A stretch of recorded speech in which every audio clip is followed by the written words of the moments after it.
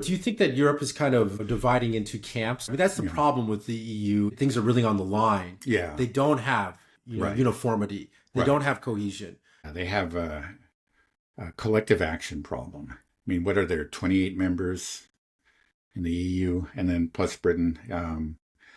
And to get them all to do the same thing is, well, in the absence of some dominant power, it is pretty much impossible.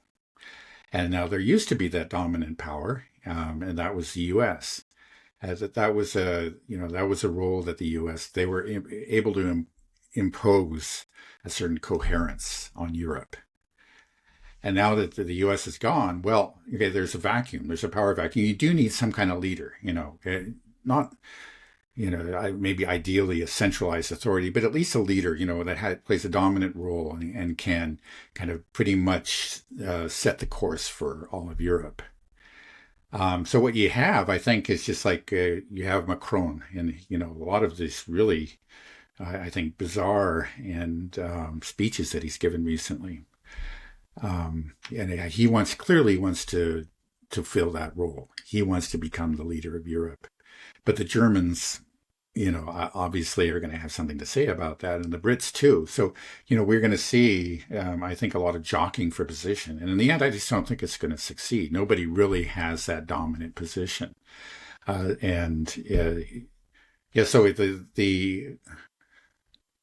the fact, or the apparent, it hasn't quite happened, but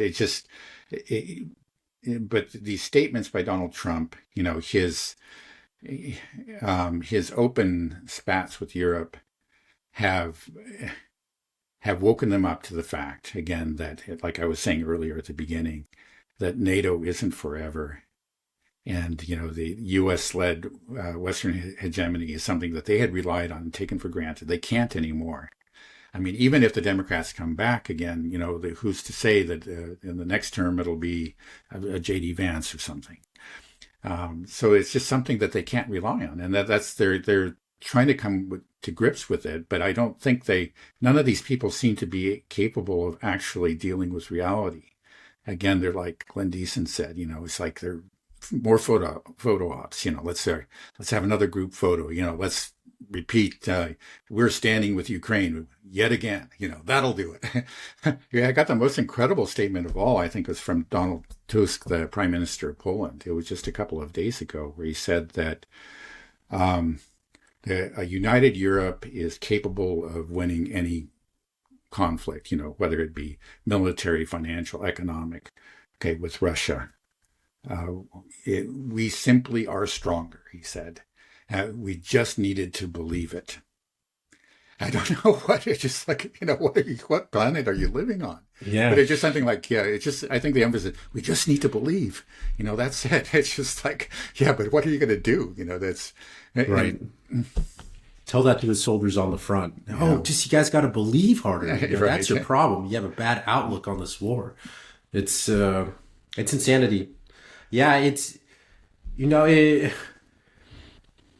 almost comical. It is comical to a certain degree on one level, but then it's also just horrific because they're trying to prolong the war, right? And this killing needs to come to an end. And I just hope. I don't know why they're being so delusional. I ask you that all the time, but it's just they need to come to their senses. Right. Again, I think they say they stand with Ukraine, like it's all about Ukraine. We can't abandon Ukraine.